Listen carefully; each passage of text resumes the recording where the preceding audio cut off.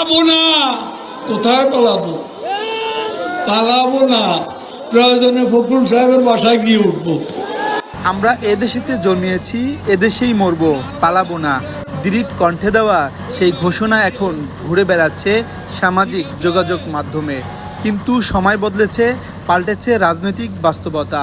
আর এখন একটাই প্রশ্ন, কোথায় অবৈদুল কাদের? এই দেশেতে জনম আমার, যেন এই দেশেতে মরি। আমরা এই দেশেতে জন্মি, এই দেশেতে মরবো, পালাবো না। কোথায় পালাবো?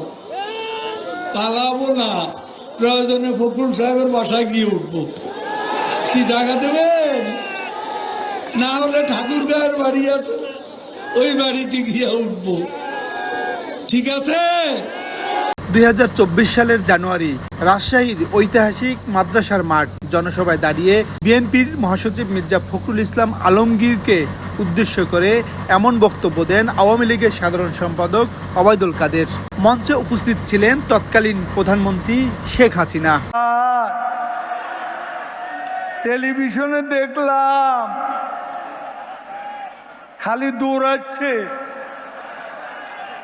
কেউ টেনে ধরে, হরতাল ঘোষণা। কিন্তু কয়েক মাসের ব্যবধানেই বদলে যায় দেশের রাজনৈতিক চিত্র।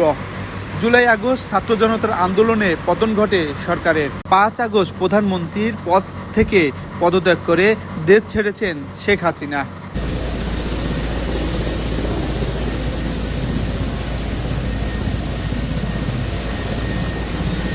এরপর থেকেই রহস্য শুরু।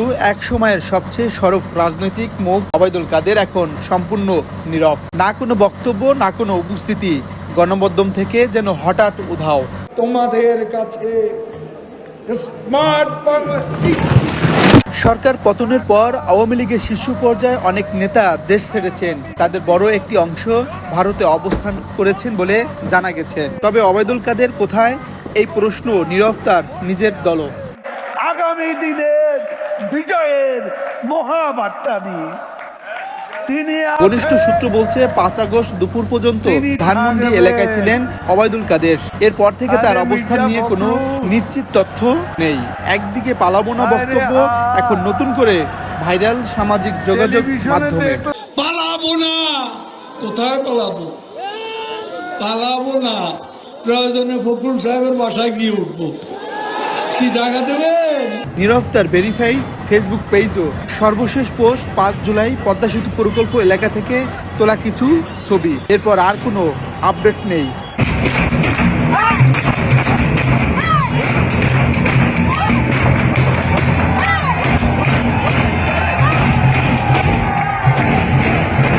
রাজনীতির মঞ্চে যিনি ছিলেন প্রতিদিনের পরিচিত মুখ, আজ তিনি অদৃশ্য। পালাবো না এই উচ্চারণ এখন প্রশ্নের মুখে। এটি কেবল একটি রাজনৈতিক বক্তব্য, নাকি এর আড়ালে লুকিয়ে আছে অন্য কোনো বাস্তবতা? উত্তর এখনো অজানা।